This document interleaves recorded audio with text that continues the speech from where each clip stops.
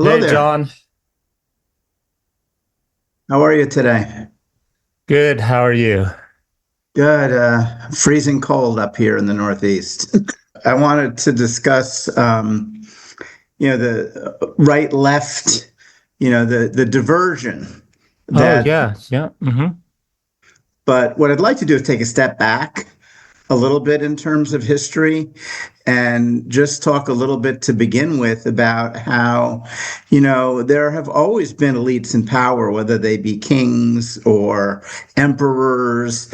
And throughout history, they've always had to justify their position of power. And in the old days, when they were kings, it was the divine right of kings to rule. They literally thought of themselves as gods on earth, and God had given them permission to rule over all of the subjects. And people bought that. Um, Everybody has a master is what I'm getting at.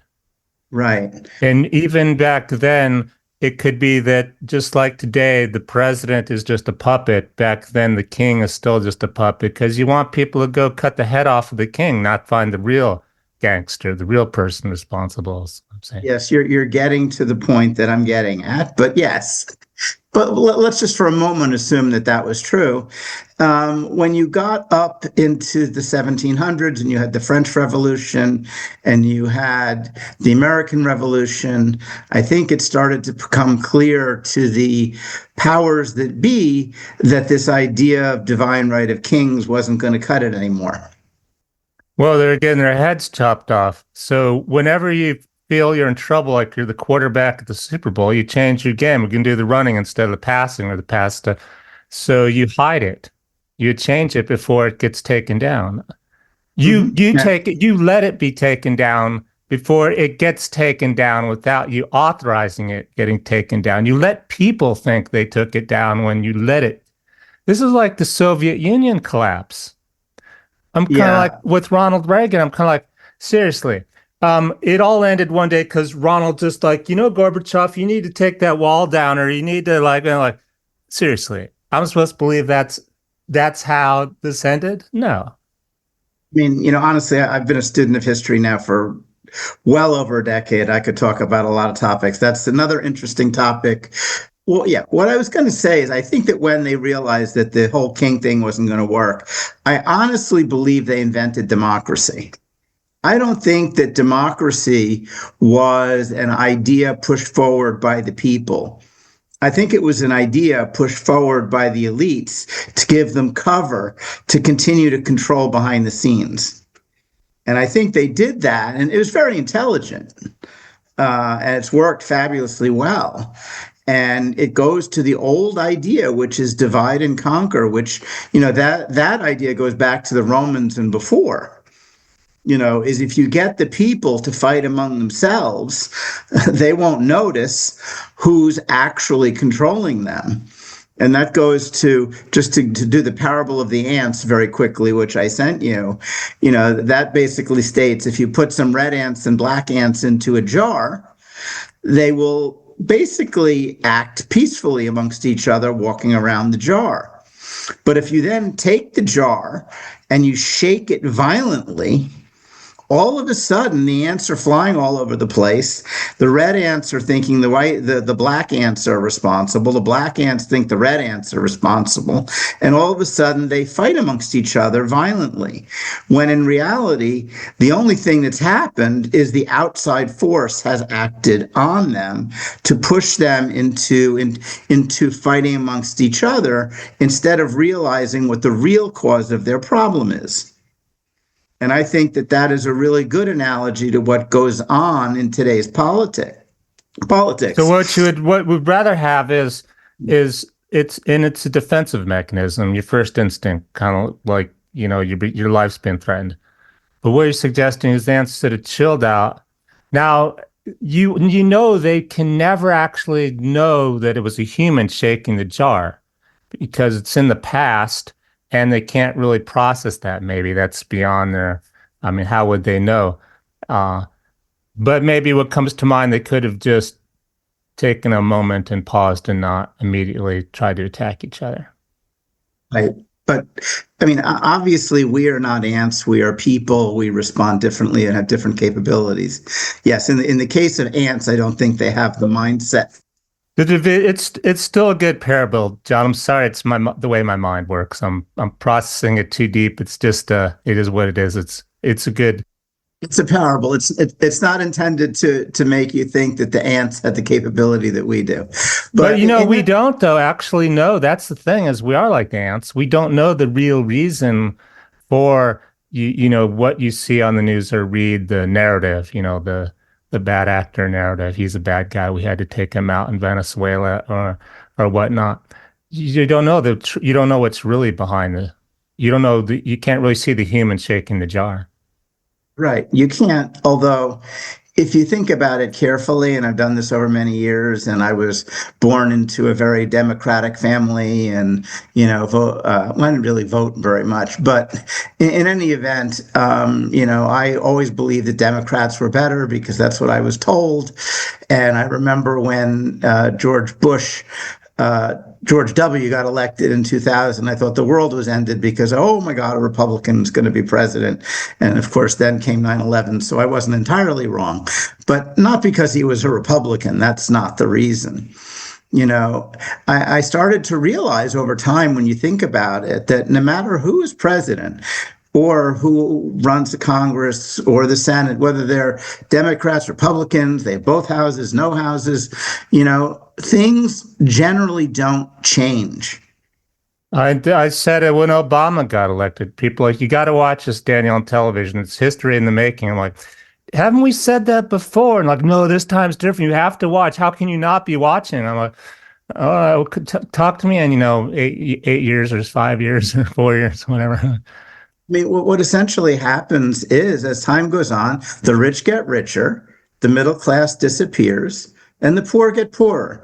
And that happens. John, though, I have to add real quick.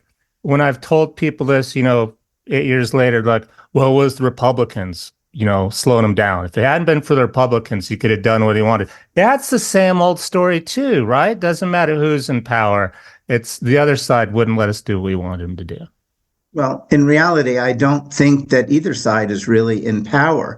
And that's what I'm kind of getting at, is I think the real power lies behind the scenes. The money. And money. Well, there have been studies that have been done, and almost every study shows that the candidate that raises the most money wins. That's just a fact of elections. Now, it's a statistical probability, and it's good odds if you're going to bet on it. Yes. Absolutely. But the thing is, when you actually look at who's making these donations, you see that large corporations, pharmaceutical companies, wealthy billionaires, most of them give to both parties. You know what's a big one, the biggest one? There's actually there's a website you can go to see this on. And I was going to design an app, actually, to an app where you can plug in your zip code and it'll show you, side by side, like you're talking about, who won and how much money. What's the Israeli American? What's it called? AIPAC. What's it stand for? American International. Oof, you're losing me. I'm not thinking about it right now, but it's the American Israel Political Action Committee. That's it. American The only Israel reason I Political bring Action it up Committee. is not to talk about Israel, but when we're talking about money, if you look at I'll put it in the show notes, the websites where you can see who's raising money the most. Across the board, pick a candidate, any race, Congress, presidential, wherever, anywhere in America, they come up at the top quite often. They're more than corporations for gun control and immigration. That organization is donating a lot of money to. I agree. And by the way, pharmaceutical companies are up there too in terms of donations. And here's the thing, technically, because it occurred to me, well, you know what? Would Israel allow, now just to, it's not about Israel, it's just pick a country. We'll call it Canada, or Canada's kind of maybe not people, Russia, or let's say Russia. Would Russia let me as an American have an organization that donated money to a candidate in Russia that actually was effective in changing the government there? No, it'd be illegal. And it turns out it's illegal in America too. There's a loophole that they're allowing that to happen through. Meaning you can't be it from that country. Oh, okay, but I can make a friend in that country and he can do it. There's a loophole. Otherwise, it wouldn't make sense. And by the way, just to take a step back into another historical event, John F. Kennedy, before he was assassinated, was trying to get AIPAC to register as a foreign entity. He was the only time in American history that the United States did not give money to Israel was when he was president also. Mm-hmm. And some think that's why he was assassinated. Well, I don't want to get into the Kennedy assassination, but I will say I think there were multiple reasons that he was assassinated, not just one. But well, you got sure make it easier. You don't like him, I don't like him. How many how many bad friends does it take to do something like that? So back to the money and keeping us divided. It's certainly not helping. It might not be the only reason we're being divided, but it's not helping when your candidates are elected by the money. Correct. But I mean, I think we're divided in so many other ways too. I mean, it's not just about politics and Republican Democrat. We've been divided male female. We've been divided black white. We've been divided anti-vax. Well, it depends. Remember the swimmer, the swimmer the guy who said I'm a woman. I associate as a woman, so therefore he won the trophy on the women's swimming team. So you can't even say that, really. Yeah, but I mean, what I'm trying to say though is that there are so many ways in which I believe we've been deliberately divided. I mean, I think feminism was used to divide us. I think that, all of this stuff has been done deliberately to keep us from ever comprehending, getting back to the ants, who's shaking the jar. I mean, there's some good intentions behind it. Take feminism, the job equality thing with pay and salary that happens still. I think the trouble is that to get change, you almost had to make people angry to go, get on my side to vote for this. And so the other people will take advantage of that, saying, oh, there's an issue we can get America divided on. Now let's pounce on that. I don't care what you believe. Let's just make them so they're going to be a catalyst for that. Unfortunately, it's kind of human psychology. And by the way, I'm not saying feminism is bad, but what I am saying is that I think that to a degree, they took feminism and they weaponized it, which is where you get this idea of the matriarchy and how terrible men are. And, anything that gets labeled, this is like an engineering approach now. Anything that gets labeled as and categorized to which there's no exception for us or against us, like you're feminism or you're not, is not gonna solve the real problem. No, it's not. It's just going to create more problems. And I mean, I've seen this. I mean, I think that black people and white people are both hesitant towards each other because of the propaganda that's been put forth. Now, that's the other thing I didn't understand when it came out. And mind you, some of my best friends are black. When they say, was it black people matter too? I'm like, that presupposes the red and the yellows don't matter, or what? I don't get it, man. Tell me what just happened, because I haven't watched the news today. And where are you going with this? Like, I didn't get it. I still don't really. I understand the reason, but I don't get the logic behind it. The logic behind it is creating separation. And if you want to go back a little bit in history, a lot of this started in the 60s with Operation Mockingbird. I don't know if you're familiar with that or not. No, but I'm thinking if I'm a black person, and I will admit I'm a white person, so I will never really understand what it's like to be in that kind of where you're trapped. But I think you got sucked into the movement and didn't really think there's a better way to frame it. Because again, what about the red people and the yellow people? Why not just all people matter? Something like that. That's what I thought. Although honestly, if you said all people matter, you were considered racist, which is really weird. But anyway, I don't consider me racist. So who? When you say you would be considered racist, I'm saying the media, the politicians, which is part of our division problem. Now we're getting to what's causing the friction. Right. Who amplifies that? Who comes up with that narrative? Like, oh, if you don't like that slogan, Daniel, you're racist. That's the guy shaking the jar now. Exactly. And this is why I brought up Operation Mockingbird, which was a project of the CIA held in the 60s and exposed in the 70s, where basically the CIA was hiring news reporters, anchors. Walter Cronkite was a very well-known CIA operative. And they put these people in the positions to create the news. Because it is the news presenters, the writers that put the spin on things that people read. Mm-hmm. They're not just putting out, well, it's marketing. It's good marketers, good with words and framing and language and hitting all the buttons and all the sequence. There's a formula for it. I don't have it, but the people you pay a lot of money to get your beer commercial to sell or whatever, your makeup commercial, whatever, that's what they do. Advertisers, they're good at it. That's a whole nother topic too of marketing campaigns. And by the way, the interesting thing was once Operation Mockingbird was exposed and the CIA was discovered, and by the way, there's a famous Rolling Stones article written, I believe, in 72 or 73 about this issue. John, slow down a moment. When you say discovered, again, I believe they let you get discovered. So I always question, why now? Why discovered now?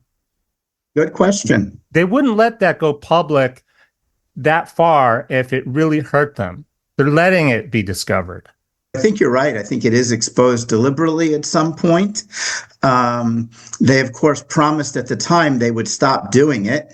Or it's like Facebook moderation. It's not that they let it be discovered, but they either suppress or they allow information. They control things. So, so they let it, someone was going to break the story anyhow. Hey, there's this there's this operation. I investigated. Normally they decide what you're going to see, what you're going to hear. Yeah, and actually that is the interesting thing about the news. Whether you're, quote, listening to CNN or Fox or whatever, most people who listen to mainstream news take the point of view that they're being told the truth. That is the perception that is the right one. Which is privately owned or corporate owned. But anywho, you've come to mind now is yet another layer of variables. That's not the top layer. We got a lot of people shaking the jar. Hey, let me have some jar. I'm gonna flip it upside down. And maybe there's somebody bigger like a parent. Hey, put the jar down, who's really in control. But it's not just one force shaking the jar. I agree. It's multiple. And what I was going to say is that it has many functions too. It's not just to get us fighting amongst ourselves, which of course is, I think, the main focus. Personally, I've always thought to myself, why do they fight so hard to get people to vote? So much so that, when election season comes around, there's all of these ads, people's going door to door. I get email after email about voting, go vote, go vote, go vote. Well, the money behind that too, it's because the organizations that have the money to put all those emails out, it costs a lot of money to do that. That's why those people get elected, for all the time money they put in. Right, but what I'm saying is these are people not saying vote for a specific person. They're just saying vote, period. They're not supporting one candidate or another. Oh, yes, John, but that's a tricky way, a backdoor way.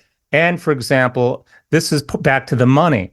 If you can't donate any more money because you're over your limit to a candidate, you are still allowed freedom of speech to do what you're speaking of, which is still another way to really do what you want to do. Instead of giving it to the candidate, you say, get out to vote, because you want people to vote. because your candidate's up for election. But I mean, what I'm getting at is I think it serves another purpose. And I What is think that that purpose? the more people that vote, I think it justifies the system. Sure. I always tell my family, they're like, how come you don't vote, Daniel? You really want me to tell you? And they're like, you've thrown away your vote. It's your right. It's your privilege. I'm like, No, I make me don't. feel bad. They make me feel bad because I don't vote. And the other thing, by the way, is I don't even think your votes count at this point because I That's what think I that told them. Now, I will say, John, for my city, I did vote.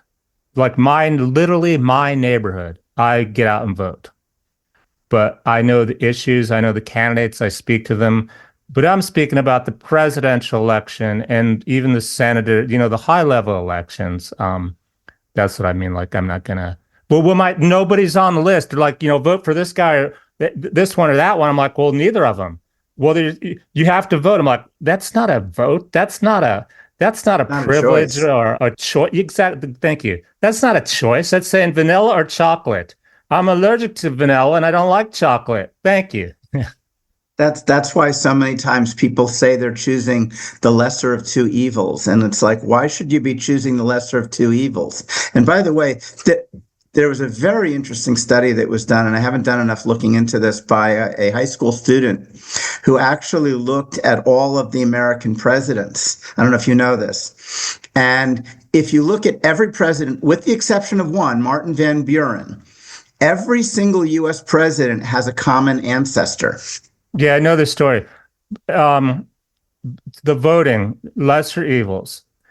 I like to focus on solutions, and we've been talking a lot about problems and being divided. And I even hear it from people who visit from outside the country that I run into foreigners. They're like, divided. You guys are going to be civil war. What's the solution, John, to not react, to think better? Well, I think first of the first solution is to understand what the purpose of the division is. And I'll even go very current. And if you look at what's going on with ICE right now, and the two murders that happened in Minneapolis, horrible thing, by the way. I'm not, I'm not going to say anything other than that. However, if you look at the news coverage and the way they are covering it on different channels, mind you, they take an issue like this and they want you to pick a side. They want you to be either strongly pro-ICE or strongly pro or anti-ICE. To which, and I'm so old now. It's easy for me not to jump in and get angry. I can really look at things. A friend sends me the thing on Facebook. It's like 8 or 10 military police going in to get one guy who's in his underwear, drag him out of the house because he's violating. I guess he's illegal, or maybe he's even not. But one guy in his underwear and 6 people, and they got the battering ram. I'm like, they could probably just knocked on the door. 2 police officers. He'd probably gone peacefully. To which, John, what I'm asking you is, what it seems to me you just mentioned is they're trying to convince you. That to me was a demonstration. It wasn't they needed 6 guys. They wanted that on TV to trigger you to be mad. Right? Absolutely. I agree. As I said, they want, just like they want you to choose Republican or Democrat in an election, they want you to choose ICE or no ICE. Why? So I'm still trying to so, wrap my head around ICE because I lived in Arizona, grew up. We have the border. We've always had the immigration issues. My sister-in-law is 100% Mexican parents. I get the immigration thing. I don't understand the ICE. I'm sorry, but you said something that I just had to stop and explain my reference point on immigration. I get the immigration. I don't get the ICE at all. Maybe that's intentional. well, what I'm trying to say is that this whole issue that they're bringing up is being used to distract us from other issues that were very much in the forefront before this came up. Well, that's always a playbook. Put on television, we're going to Mars. When, I don't know, there's like a new war started in some other part of the world, or we don't want anybody to know about we're at war, or we do. Yeah. So Have you heard anybody talking about the Epstein files recently? no, but the Epstein files to me are a complete waste of time. Not because any of the bad stuff they did is okay. It's just, you seriously believe that they're ever going to give you anything in any of those files that is truthful or not changed? And so, no. So then what's the point? The data is useless. So you're being sucked into drama. The data is useless. You might also watch a reality show. It's more real. No, I agree, but what I'm trying to say is that they want to deflect from that issue. They don't even want people to be asking for the files. No, they're always going to find a way to not give us the truth because the truth is too ugly. The truth is too ugly and there are too many people involved. To me, the Epstein files are a distraction.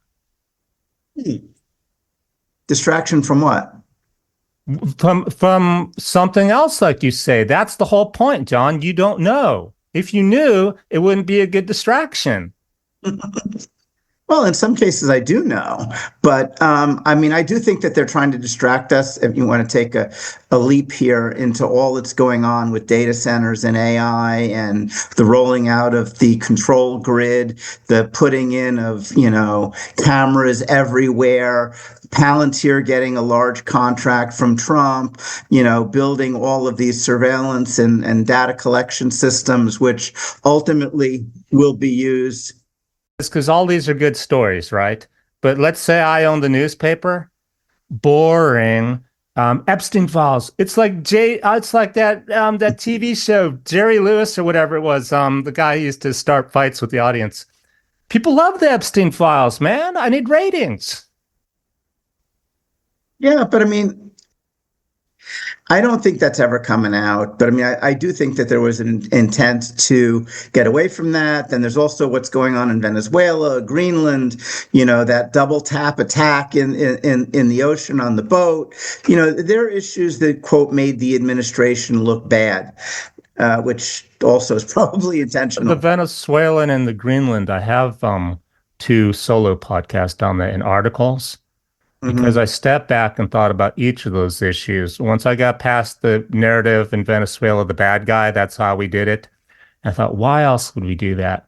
In Greenland, honestly, John, it's going to sound crazy. After analyzing the Greenland situation, I came to the conclusion President Trump is just doing his job. Why? Because America doesn't give him another choice. America doesn't have a way to invest in Greenland other than with the war. We don't have a social program for Greenland that's truly in their best interest and non-military. So Donald's just doing what a guy does, as a CEO. What options do I have to pick from? I can buy it or I can use force. It's not his job. It's Congress' job to come up with a better solution. Right. But I mean, I think the other question is, why do we want Greenland in the first place? And I think the answer is not what he's talking about, which is protection and, helping to protect the United States from invaders. I think the true reason we want Greenland is for the rare earth metals and all of the natural resources. Well, there's other reasons is the point. And there's other ways to do it. And some of them are really not, in terms of Greenland, in the president's control. He pretty much has force. He has the military. He's in charge of that. So that's what he defers to. And since Congress is pretty much useless, and even if they weren't as useless today as they've always not been really, they've been too slow. That's why Greenland's probably looking at China, because if we wait for America, it's never going to happen. I'm going to put a different spin on everything here. And that is, I think that one of the problems that we have as Americans, and I think people around the world have in terms of understanding what's really going on, is that the elitist powers in the world are pushing us towards world government. And the way they see the world is not nation states. It's not us against China or us against Russia because they control Russia, they control China, they control us. They're just trying to create a situation where the general population of the world will accept world government. So they're trying to figure out how to do that. One of the ways is by causing wars, which ultimately wars. I don't actually see a problem with world government. Oh, I do. Huge. And by that, I don't mean the world government you're thinking of, John, the corrupted world government. To me, I never understood the human species, why there needs to be any government, really. Why, Right. okay. But if we had a world government, it might be like a minimum, like, we have a problem, global warming. Okay, let's get all the senior advisors on the planet together, the scientists, that kind of world government, and decide what as a species on the planet we're going to do. That kind of world government is what I mean. I don't see a problem with world government, but I mean, I know what you're speaking of, the corrupted world government that's controlled by the billionaires and people behind the scenes. Right. But in reality, I don't think that the kind of world government you're talking about is a realistic goal because I don't think human nature allows it.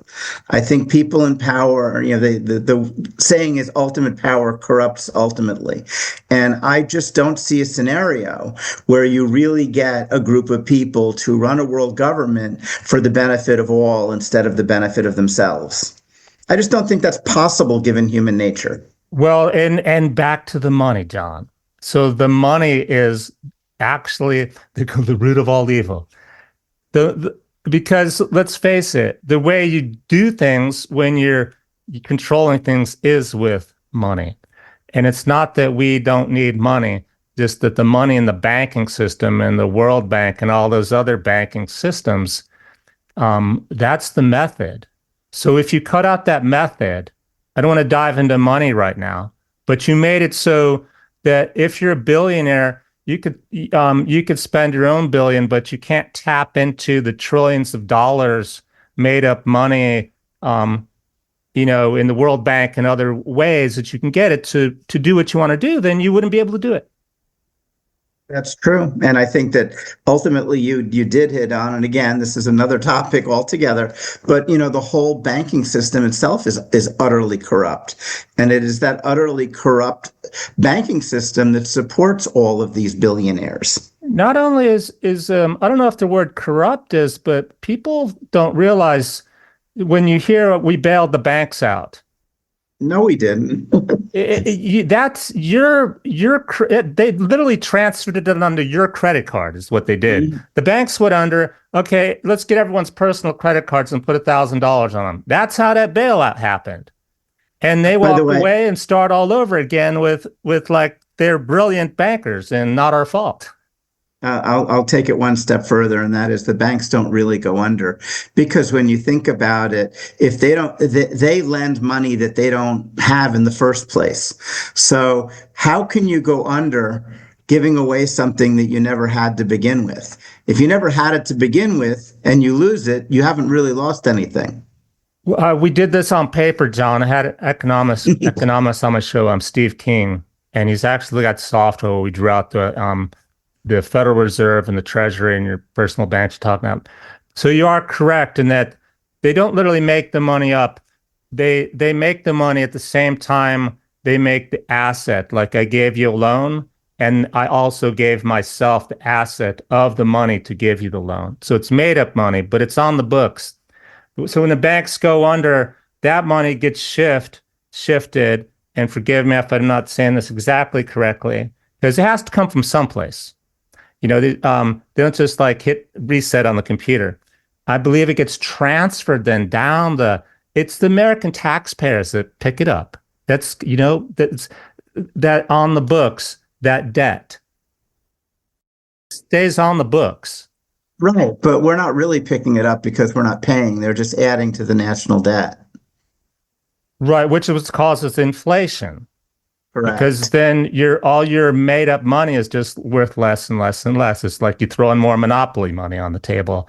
So what I started in the game with, when I had $5 to start the game, now it's only worth like 50 cents because you kept throwing money. Like, where you get that money from? Like, it's not fair. It's not a fair game. I was saving my $5 bill. The thing that people don't get is that money itself is debt. Technically, that is debt. The money I gave you to buy the house is debt on the books. And when you pay it back, all of a sudden there's no money on the books anymore because you paid back your debt. So you are correct. Which means that literally it's impossible to pay back all the debt because there's less money in circulation than there is debt. Right. You would have to print more money. My way of solving this and getting the world government is the money is not made up at all. It's credit. It's basically what money it used to be. We were talking about history before. Back in historical times, before this new banking system on books and computers, it was your credit. So in my fair world banking system, to where we wouldn't have the corruption because you can't make up money, I would say, John, you're worth 500,000. And now on the books, you've used up all your $500,000 credit. Now, if you just want to go to Mexico and hang out for 5 years and come back broke, that's okay. You're never getting any more credit, though, ever, ever, ever. You can't get another credit card. That is your credit, you. So you would be enticed and you'd want to pay it back so you can carry on. The key is there'd be no interest. People would be able to pay off their loans. They wouldn't go into debt, student debt and credit card because the interest, there'd be no interest. Why should there be? It's your credit. It's another complicated rabbit hole in terms of it comes down to everyone needs to make some money down the pipeline. It's a Ponzi scheme. So the local banks making some money and the Federal Reserve's making some money. And then the top of the chain world banks making some money. It's a Ponzi scheme. Yeah, exactly. But let's take a segue back to where we started. Yes, division. We're trying to keep the red ants from fighting the black ants because if they had just waited a moment, the jar would have quit shaking, maybe. Dream of what would happen would be that we have a presidential election and nobody votes. I think that would really shake up the system. Or I don't think it's going to be nobody, but if you had a dramatic drop in the number of people voting, that would actually be a solution. And by the way, interestingly enough, and I forget the country, so I don't have the example, but there is a country where that happened. I'm sure they have a playbook for that in America. So if I think about a picture where I didn't vote, you didn't vote, what would be on the screen? There would be some people that voted. They would put into power still who they wanted in power. And then it would just say, see, you should have voted. People go, see, Daniel, I told you we should have voted. That's what would happen. They'd blame us still. There'd be more division than ever because people would see, we should have voted. Those 10 people that voted, they decided who, and those 10 people aren't real people, by the way. They make those numbers up. It can't be too big of numbers because then it would be, then you know it was fake. But by the way, that's why I believe your vote doesn't count anyway, because if you go back to what Stalin once said, and I love to quote famous people, he once said, it doesn't matter who votes, what matters is who counts the votes. Yeah, we get into I quit voting when Gore didn't get elected because I voted for him. And that was a whole scam, the whole hanging Chad, Florida, this and that. And it was the Supreme Court that decided. So that's when I hung up the hat. But just in case you think I'm a Democrat, prior to that, I voted for senior George Bush. You can call me on both sides to the extreme. Well, I'm a nothing. I don't vote at all. I don't support anything Trump does. I didn't support Biden. I think that all of our politicians, certainly at the upper levels, are all puppets. They're manipulated by other people. They're manipulated by who funds their campaigns. Mm-hmm. Yeah. And that's who they respond to. Is have meetings with who gave them money. I can't get into those meetings. I voted for him. Just a very quick, Miriam Adelson gave $200 million to Trump's campaign. Oh, back to solutions, John. Yes. Well, let's talk about how we're going to change the world, just besides talking like we're two workers on break, working in the factory, complaining about how bad life is. Well, for one thing, I think people, when they see something happen, such as what's going on with ICE, such as, anything, Trayvon Martin being murdered, or, any of these events, 9/11, anything, any event that is a big event that draws a lot of media attention. Mm-hmm. I would suggest the first thing to do is to take a step back and not get emotional about it. Mm-hmm. And basically ask yourself, what is happening besides this that I'm not seeing, that they're not showing me? Let's use the ICE as an example and stay nonpartisan, which sounds like it's easy for you to do. What do you do? I see it on TV. I see the 6 guys dragging the guy out in his underwear in the snow. They're dressed in, army fatigues. He's got no chance. What am I to think? Well, for one thing, and I know a lot of people aren't going to agree with this, I don't believe in protesting anymore. Honestly, I used to believe in it. And when all of the COVID restrictions were out there, I was protesting against them. And I would agree on you, the protesting, and no disrespect to those who protest. But because I too have been a protester. I've almost thrown myself under the bus and got taken to jail. Thank God. No, Daniel, that's not going to help anything if you get taken to jail. It won't change anything. It's over in a moment. And I stopped. I think, I almost wonder if that's part of the show too. Getting people to protest. They like to feel righteous. Let's pretend I'm a soccer mom watching this. I'm not going to protest. What next on the list? Because I'm still pretty angry. Dang, that's wrong. What next do I do as a soccer mom watching this horrific thing? I think it's wrong anyhow. What next? For one thing, you can try and calm other people down. Calm yourself down, first of all. Realize that protesting is not it's not going to help. But I also think that protesting causes more problems. I mean, if you think about what's happened with ICE in Minnesota, if Renee, and by the way, I'm not victim blaming, but if Renee Good wasn't at the protest and Alex Peretti wasn't at the protest, they wouldn't have been killed. Now, that's not to blame them. They have every right to do what they did. But if nobody protests, then the violence doesn't happen. And I think that part of the reason and part of what they get out of riling us all up is the protest causes us to get violent. It causes us, like the ants in the jars, to fight. Even more so, John, it gives them a reason to do something they weren't doing before, which means shut down freedom of speech, shut down you allowing to have your protest altogether, and just move forward even more with the ICE. They're going to use that against you. But let's get back to, why are there 6 guys trying to make a point, trying to make it obvious that this is wrong, instead of just knocking on doors and take, 2 officers taking somebody illegal in? Why do they want this big ICE thing on television like this? Well, divide us. You say divide us. Well, they want division. They also want chaos. Another one of the sayings is order out of chaos. So one of the things they want to create is chaos, emotion, people acting without thinking. And that gives them the justification to do a lot of the things that they might want to do. As you say, like shut down free speech, etc. So I'm superhuman now, and I've slowed myself down. I've seen it on TV. What next in terms of, I still think that's wrong. How should I react? Which makes me question, what is ICE exactly? Why is the president pushing for this? What kind of questions might I ask the news is not giving me, so I can really figure out what's happening? What's happening is the question. What's really happening? Well, first of all, yeah, one of the other things that I would do is take a broader picture of things.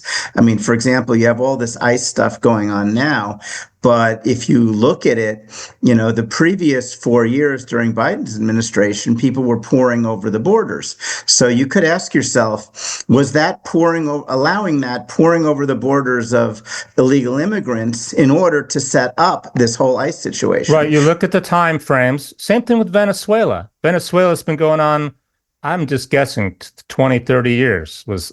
I heard about Venezuela the first time. Seems like 25 years ago. Why now? So what you're saying is why now? And what has changed? What was the story then? And what's the story now, and why things different? The other thing I'm saying to do is to back up and take a broader view of history. Don't just look at what's going on right now, but also look at what led up to it and why it's happening. And also think to yourself, maybe this was planned. Maybe there's a reason for this. Well, I totally believe that ICE is, it's special right now. There's this particular reason. And what is it? How do I find out? Tell me what you think it is.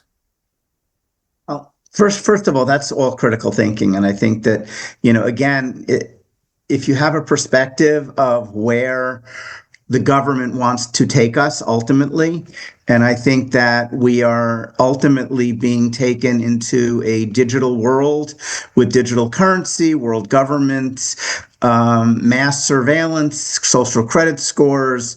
If that is what you believe their ultimate goal is, then you need to look at little events that happen like ICE and say, how is that pushing them in the direction that they want to go? Well, the question I have for you, John, is what do you think? Why do you think they want me to be mad about ICE?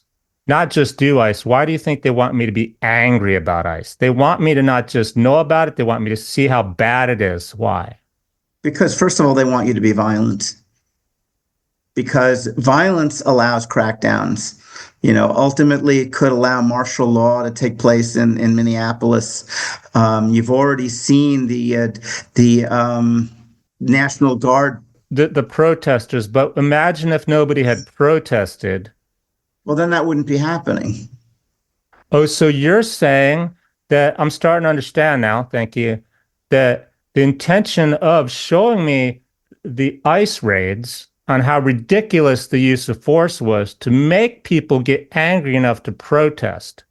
They wanted you to protest. It's in order to cause an emotional response. And I'll say this about a lot of things. Basically, most of what the elitists do in order to manipulate and control us is get us into our emotional mind and away from our critical thinking. Okay, so what you're saying is that, and this is why you couldn't answer me directly when I asked you why ICE. It has nothing to do with ICE itself and immigration itself. Although that's a polarizing issue, that's not why that's on TV. It's on TV to make you angry and upset, and then eventually protest, have it play out as we've have it been played out. Exactly. And I believe that, if it continues like this, it will get more violent. And I'm hoping that it doesn't. But, I'm a believer that violence always begets violence. I don't believe that you bring peace with violence. I don't think that ever works. Let's work it the other way. I see it on TV, and I'm going to hedge my bets now. It's almost like, it's something that's dangerous. Like, Daniel, hold the line, like stand down. It's gotta look, are you sure? Are you sure? Stand down. So no matter what I see on TV, and it's staged too. They're picking the places to make, the algorithms are picking the most violent places to put on your screen. Just go, you know what? Too much force, something else going behind, something else is going on. I'm not going to get sucked into it, basically. I think that would be helpful, yeah. But I think the other thing that you can do as one who is going to be calm is perhaps talk to your friends, talk to other people, and try and calm them down as well. Because the more people we can keep calm, the better off we'll be. And that's very hard to do because you lose your friends. You will lose friends. And I've lost a lot of friends and family too. And family's where I draw the line. Okay, so I have a rule when I go over family, no matter what they watch on TV and what they say, I just go, "Oh, so tell me more about that. Why do you think that way?" I mean, I hold it, I stand down because family's where I draw the line. I'm not gonna play this experiment with my family. I'm gonna let my family win, is what I'm saying. Everybody's different. And, Especially you. Don't let them divide us. What are you talking about? You're telling me they divide in your family. no, I'm telling them the truth. And if they don't want to hear it, then that's not my problem. My life has been much better. To say I pretty much stopped doing it too. I did it a lot during COVID. I really felt a desire to try and get my family to not take those crazy shots. I failed in every aspect, but I honestly felt it was a matter of life and death. And I thought that it was more important to speak up and take the chance. So for that issue, I did not keep quiet. Well, this is like, an expert witness work or something's like, what do they call it? Not supposed to be disclosed. Is kind of like if somebody's life's in danger, then you kind of got reason to not have to be subpoenaed to let information out. So, in my own family, I'm sure once in a while I sneak in there. But what about this thought? Have you ever thought about that? And then they go, "Yes, we have." I let it go then. Like just make sure you've heard the other side, right? Okay, yeah. And the other thing that I want to bring out, because we talked about divide and conquer, but there's another issue. Have you heard of the term controlled resistance? Now my engineering mind's trying to picture resistance and it's controlled. Well, anti-lock brakes. In terms of people, like for example, if you take the COVID situation, there are a lot of doctors that have been speaking out against the COVID protocols, the shots. I would call some of them controlled resistance in the sense that one of the other strategies that the elitists use is they play both sides. Sure.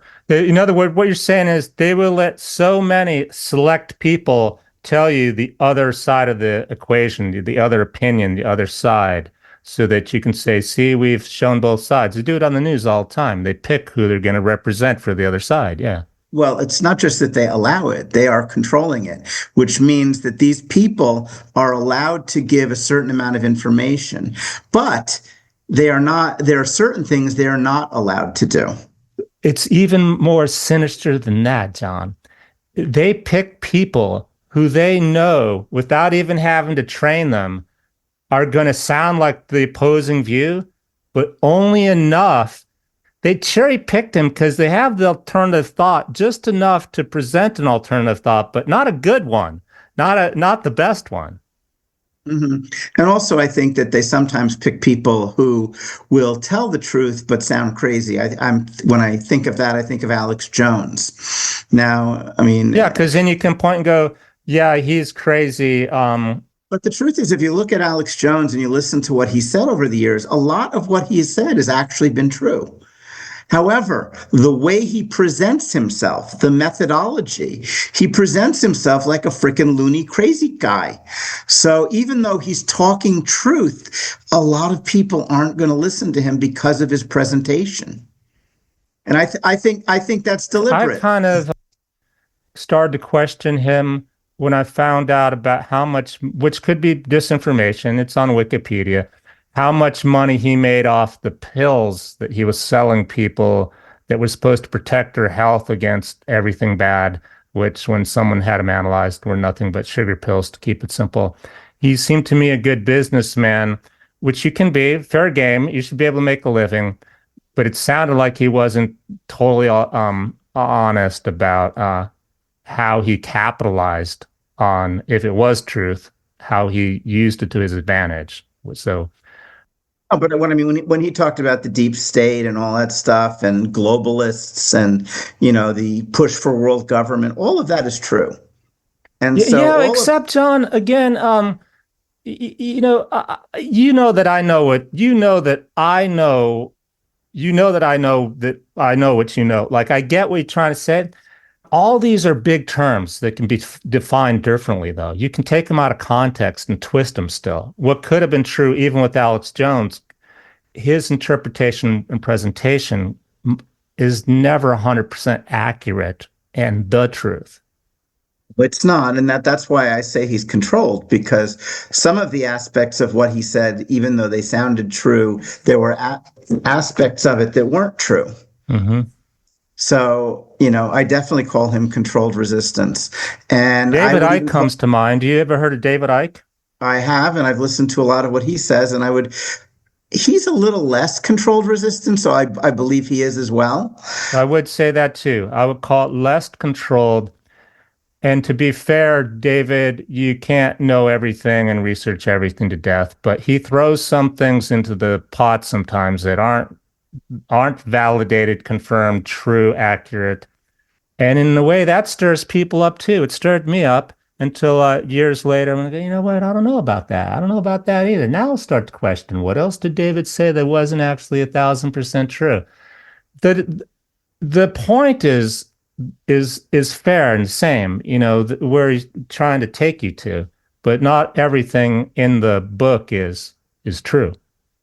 Right, of course not. And by the way, I have a basic principle that I go by in terms of looking at who may be controlled and who isn't. And I basically view anybody who garners a large platform quickly without resistance is, in my mind, going to be controlled to a degree. Because I don't think that you can be a complete free speaker in this controlled environment where corporations, own everything, and the billionaire class basically decides whether you're popular or not. I think I had a guest on my show, John, who had his PayPal. They had YouTube sites taken down. I'm like, why doesn't it happen to me? I'm talking about the same stuff as you. It's like, you haven't hit the tipping point, Daniel. When you do, you'll get the phone call, or the email. Take this down or you're shut down. Yeah. You're too small right now. Exactly. And it's exactly right. But, anybody who gets a large platform, look at Joe Rogan. He's clearly controlled, in my opinion. He's with Spotify and he signed this giant contract and they allow him to talk about subjects that other people aren't allowed to talk about. I don't know Joe personally. For example, I didn't know until I did a lot of research on him. He used to have a little mini-series, TV series on Bigfoot and UFOs and, looking for the paranormal. Did you know that about him? No, I didn't know that about him. Yeah, so to me, it seems timeline-wise, he used his fame and his experience doing television to actually pitch that show. I can't remember what it was called, but he was trying to do honest, truthful, authentic, investigative reporting, Bigfoot, UFOs. I have a bit of respect for him, but yet I'm still, like you mentioned, a little kind of, well, if you're so famous, can you really say anything, talk about anything? That brings me to the conclusion of, at some point, they don't care. Because even if you say the truth, life goes on. Nothing changes. And that's, to me, I think that's why a lot of these things that go on are distractions. As I said, I think their main focus right now, and by they, a lot of people will ask me when I say they, who I'm talking about. By they, I mean the billionaire class, the World Economic Forum, they is something we don't know. If the person shaking a jar when we were the ants, we don't know it's human. We don't know who they is. Right. But I'm talking about the they we kind of do know, who we can see shaking. Now, they may have take it a step further, John. I think if you call it the deep state, whatever you call it, the shadow government, the billionaires, whatever it is, it's not playing out in the open like as simple as that. No, but I think the bottom line is, for whoever it is that they're looking for total control over humanity.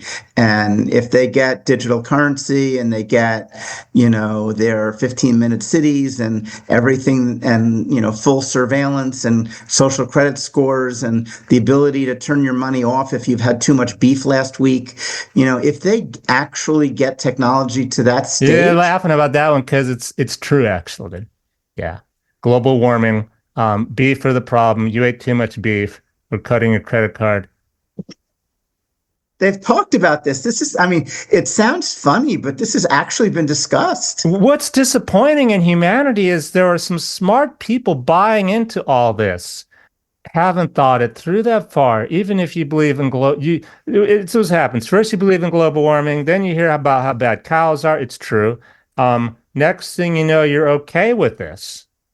It's like, how did you jump? How did you jump from one rational thought into what you're speaking of? And the other thing is everybody's hypocritical, and I've spoken about this too, which is, how can we be talking about cows farting too much and eating too much meat because that contributes to global warming, but it's okay to build all these data centers that, emit enormous amounts of electricity? Or how about it's okay, you're talking about methane or carbon dioxide for everybody to have a pet, a dog or a cat. They want to cut that out too. I haven't heard that one. I I have heard that. But I'm gonna say, well, about time you called out the in the room, the elephant. And no, I'm not suggesting you don't allow your pets. I'm pointing out the simple fact that if I can't eat a hamburger because it's making CO2, why can your dog eat dog food? It's even if he's if a vegetarian dog food, he's making CO2. The whole equation is BS, all of it. By the way, speaking of beef, do you know, and this is the other thing is the elitists are they're hypocritical. Do you know what they ran out of at COP? I think it was the COP 29 conference that they just had in Brazil. On day two, they ran out of hamburgers because they were eating them all. So those guys eat beef like crazy, and then they tell us not to. But, it's not even the elitist when we talk about it like this that are leading us down the path. It's the normal Joe and Sally's that are okay with a lot of this until it comes to my pet. I'm not giving up my pet. And then they'll try to rationalize it by probably saying, my pet doesn't exhale CO2. It's a different CO2. It's a different molecule. Yeah. And if they said that on TV, people with pets would believe it. And if they didn't, they'll make it more technical so you don't understand it. Really, I never knew a dog or a cat. Yeah, it's quite a different CO2, the way the atom spins on, we talked to a theoretical physicist on it. And it's not affecting the atmosphere like your CO, like gas and oil and coal CO2. It's all insanity, if you ask me. And it doesn't take an elite. It doesn't take someone shaking the jar. We shake it ourselves. Right. And that's the other problem when you look throughout history about any society that's been controlled by a few. It's always the few controlling the many. And the only way that works is if the few can get at least some of the many to help them, to be the prison guards, to work with them, to support their agendas. And that always happens. It happened in Nazi Germany. It happened here during COVID when they had people doing, all sorts of contact tracing. So let's bring it back to the ICE example. And I've seen it on TV, and now I'm stepping back. I'm going to actually shut off the TV because I don't need to watch it, really. What's it doing for me to watch? I shut it off. Now what do? I really can't do anything about ICE. It's the honest to God truth. Should that be the really end of it? Really, just let it go. I can't do anything about it. Why read or watch it? I hate to say that's the best solution, but I think it is. However, I learned this speaking to an immigration attorney. What you could do if you really care and one of your neighbors is illegal, this is where you make a difference. And you're worried about ICE coming to them. I had forgotten you can, what do they call it? Not adopt, not endorse. Sponsor? What's it? Are you looking for the word sponsor? Sponsor. Thank you. You can sponsor them like their family member and help them get legal immigration status. That's how you beat ICE. Mm-hmm. Turn the TV off. I'm good now. Or no, what about my neighbor? If it applies to you. If it doesn't, maybe you support your neighbor who sponsors somebody. Because in sponsoring, there's some more hardship. They need help with, a car or some money or groceries, whatever. Comes back down to the local community. Right. And that's the other thing is the elitists are Yeah, I mean, I think that honestly, if you're looking for solutions, and this applies in almost anything, I think the best solution that we have as a nation and as a world is having local communities support themselves, getting away from centralization, where everybody relies on a big, powerful central government to do everything for them. I think that is very dangerous. No, but I mean, I think if you look back in history, I mean, even insurance, we didn't always have insurance companies, you know? In the old days, and I'm going, well, I don't exactly know what time frame I'm going back to, but communities used to insure themselves for medical insurance. You know, the local Catholic group would get together and people would make donations, and that money would go towards people who were sick when they needed it. And it was not big companies doing it, but local communities and local community groups coming together and basically solving their own problems. And I think if we take a step back from this major centralization of everything, where we have a central government dictating everything, you know, from what we can eat to whether we can have a stove or not, and, you know, all of this stuff, to local small communities making their own decisions and making their own operations, that would help. That would be a big solution. That's why I've voted locally. Yes. Although I got to say, I think even a lot of local politicians are corrupt, and that some of that comes from my and Jen's investigation into data centers and how they're. It's linear. The more, I mean, you can get the data online. The amount of money you need goes up. So that's that's the corruption, because somebody's paying to help you get elected. Yeah. Even locally, it can happen. But as I said, I think the biggest solution would be local communities doing things for themselves, supporting local farmers, supporting local businesses. I call it defunding the elitists, meaning don't buy from Amazon, don't use Facebook, don't use any of their large platforms if you can avoid it. So back to the ICE situation. If it hadn't been ICE, they would have probably found something else to put on TV to make us angry. I'm going to start to sound really negative or hopeless for a moment. Because your TV and your Facebook, the algorithms and your YouTube are being controlled to feed you what they want you to see. Shut it off. I already do. We said something real important, which is, you know, what to do. I think we both said nothing, right? Unless it's in your neighborhood. What I'm saying, I'm not saying don't do nothing, but I'm saying don't respond violently. Don't respond violently. Don't respond with anger. You know, try and communicate and talk to people with different views. You know, I think that they've been so good at dividing us over the last, you know, whatever, 6, 7, 8, 9 decades, that, you know, I couldn't believe it in the first Trump election, where people were saying things like, if you voted for Trump, you know, defriend me, and, you know, saying things like that. And I'm like, people who were friends for. John, I live in the West, where in between two states crossing the border, it'll go from, yes, you can't wear the American flag on your hat or your hoodie, to there are American flags hanging everywhere and painted on the curb. And depending on if you cross the border from one town, you're either a really bad person or what, you know, what's up. Yeah. I mean, I think that we have to start accepting people with different views, communicating our different views, and realizing the most important thing, which is that as human beings, I don't care what color you are, what race you are, what gender you are, none of that matters. We have more in common as humans with each other than we have differences. And I don't care what the differences are or how severe they are. We have more in common than we have differences. And that, to me, is the most important thing to keep at the front of your mind as a good human being. You said that very well. Beautiful. Thank you.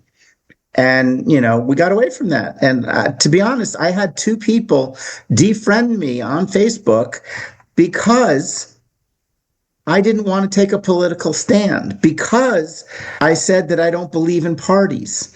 I don't believe in red versus blue. That actually got me banned.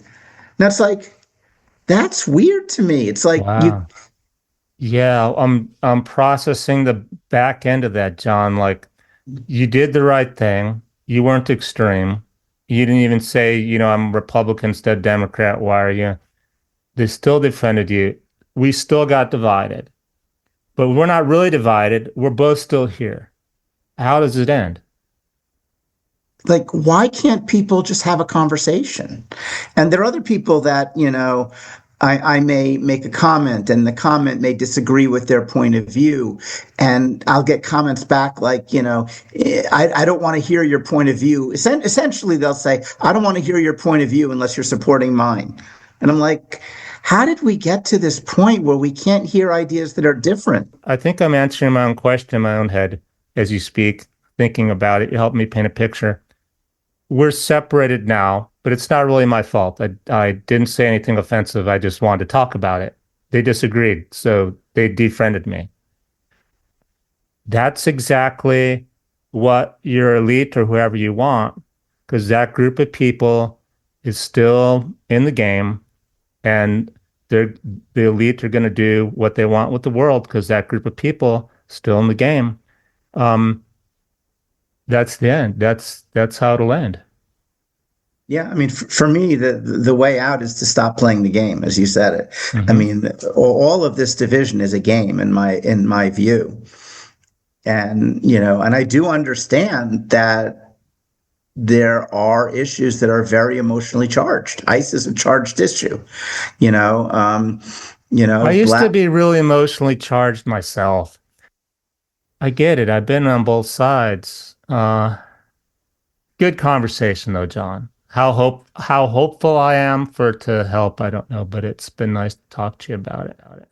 I've been zoomed out on the Israel thing for uh it was about 25 years ago that I finally met he was from Israel and he was doing a peaceful he belonged to an organization that once a year had a peace day. And he basically told me it's wrong. I'm like, well, how, why do we think it's so right then in America? He's like, it's just wrong, Daniel. It's a bad thing to do. So ever since then, I've been aware of maybe the true story, the rest of it. But it seems to me until a couple of years ago, nobody else really was. And now we have these protesters, right? College kids who are taking the Palestinian side, right? Doing violence, doing protesting. Why now, John? Because I think that to answer your why now, I think that there is a desire in this country to crack down on free speech, to crack down on our Constitution and Which our means it has rights. nothing to do with the Palestinian in that conflict. It's using the conflict for a purpose, to give reason to cut down on free speech, to call it anti-Semitism. I mean, they use anti-Semitism as a weapon. Basically, they now equate criticism of the political entity of Israel with anti-Semitism. And I say that's not anti-Semitism. That's criticism of a government, not criticism of a religion. So basically, it's just like the ICE conflict. It's just a reason to engage people being angry. Yes, it's a good cause, but it's been going on for a long time. Immigration, same thing. We're making this made for television, so you get angry. And then why would you do that? Because it's going to come back and get you. It's a problem reaction Problem, solution thing. reaction, solution. Yes. And one last thing I want to mention about Israel, because this is one other thing that most people aren't aware of.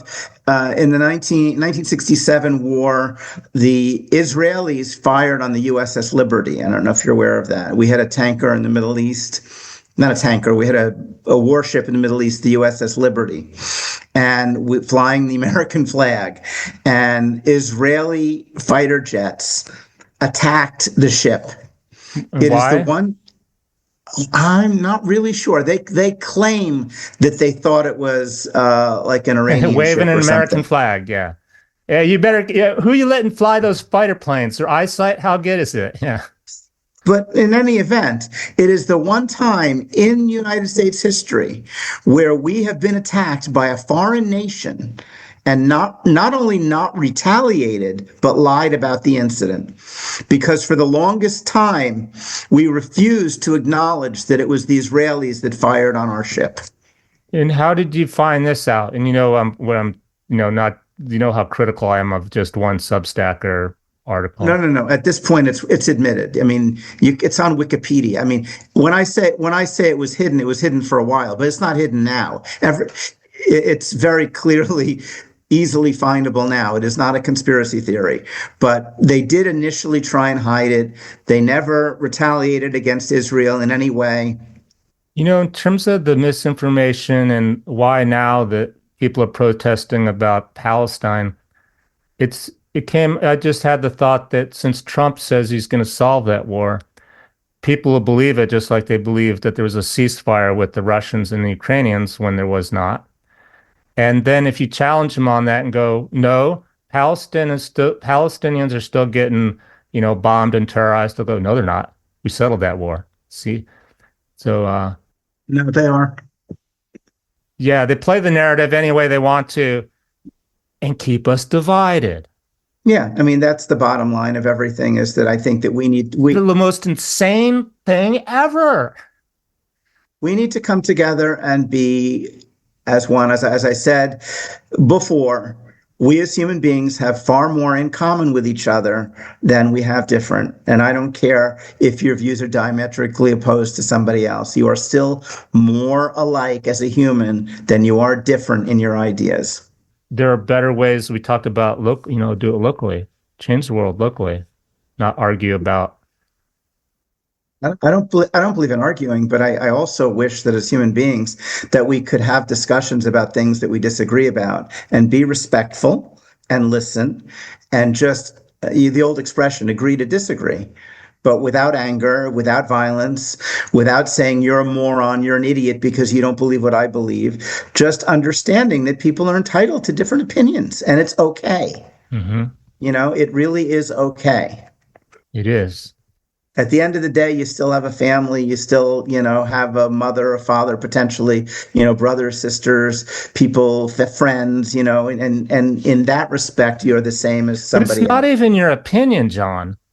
You think I'm talking to my neighbor, but it's my opinion. It's not your opinion. It's what you've put together as a belief based on what you read or saw on TV, which is been made to make you feel and react a certain way. It's not even you. You believe what you want to believe. What I'm saying, John, is part of the solution is not to even think, I believe the war is good or believe it's bad. It's like, you should start it with what I've seen on I saw on television this. So you frame it. And based on that, like logically reason out. So take it out of you and put it back on the television and the news. Don't own it. Say, I read this, but don't even defend it. Totally let go of owning the newspaper and the TV. Go, I saw on Fox this, I saw on the news this. What'd you see? Hey, you know what? That matches what I saw. What do you think? Oh, that disagrees with what I saw. What do you think about? Why do you think it disagrees? Or you think we're being told the whole thing? Don't own the story that you're seeing. Good point. And actually, a lot of times it is just that, a story. It's not the whole story. It's not the true story. It's whatever side it is. I think our trouble is then we take ownership like, okay, I have to now put this backpack on and it's my baggage. Screw that, man. It's not my bag. It's that guy's. And I'm not wearing it. If he wants to tell me what's in it and whatever, that's not a good analogy, but we take ownership. You're 100% right. What it comes down to is ego. And I think that we identify with certain positions. Like, for example, some people identify as Democrats. And so Democrat becomes their identity. It's not just a belief system they have, it's literally who they are. And I think that's the problem. Yeah, they've compartmentalized all these rules and stuff and thought this is the model and I'll stick with, and whatever comes in this model. Einstein's theory of relativity. Einstein's a smart guy. Whatever he puts in the model, I'm sticking with the model. I'm not going to question it, kind of thing.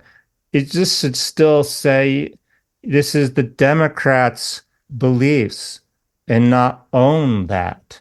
I have to because it's the right thing to do. Maybe that's why I own it. And that's okay. Just acknowledge that you're taking ownership of something that's not yours. Exactly. But I don't believe we should be taking ownership of things like that because You're giving away your power. that's a good way of putting it. Exactly.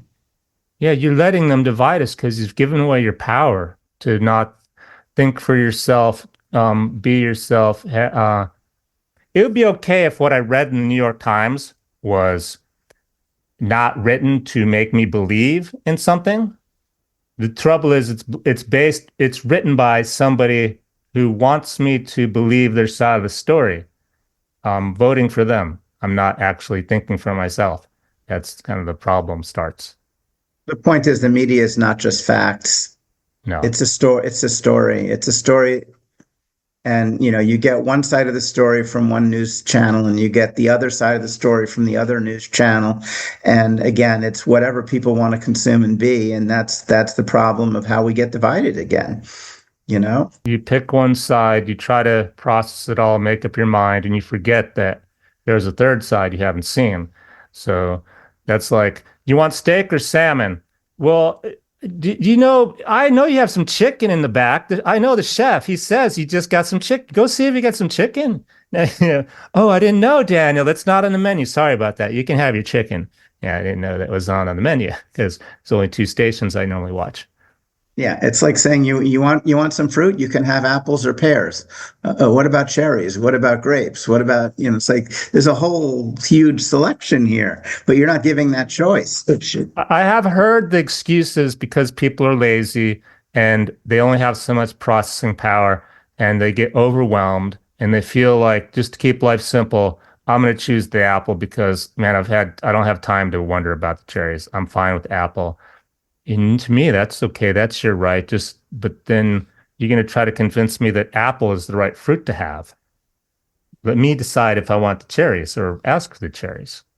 Exactly. And the other problem, by the way, is that I think too many people spend time just distracting themselves with meaningless information like, binging Netflix or, whatever television show they're going to binge. And they spend very little time actually critically thinking or trying to dissect what's going on or looking for different opinions or trying to see what's really out there and important in the world. They're just feeding themselves stories, books, novels, whatever it is. It's just distraction at the end of the day. I would be fine if somebody just wanted to read a book instead of watch the ICE raid and go down and protest and shoot somebody. I'd be just fine if they were home watching Netflix instead. Oh, sure. But I'm just saying, I think that, it would be nice if people spent some time critically thinking and asking questions and not just accepting, what they're told from one side or the other, but, doing a little bit of your own research, trying to dig and find things that maybe you're not being told. Maybe set a rule. If you're going to watch the news, then equal amount of time has to be spent on your own doing the homework, like you say. Otherwise, leave it off because it's a waste of time except to, poison your mind with something that's somebody else's baggage. The news is known to lie. I mean, there's so many examples I could give where they don't even tell the truth. So it's like, why are you believing Oh, that there's a shit? whole book on the Fox television just by itself on how it's built on and I really liked Fox back in the day in the 90s when it came out. So fascinating, like how much the whole culture built upon as many lies as we can do to keep viewership up, like blatant, Exactly. like a news station. Hmm. You can't make it up. You couldn't make a Netflix movie out of how blatant it was. Take care. All right. Take care, Bye Daniel. for Thank now. you. Bye bye. Let's get real.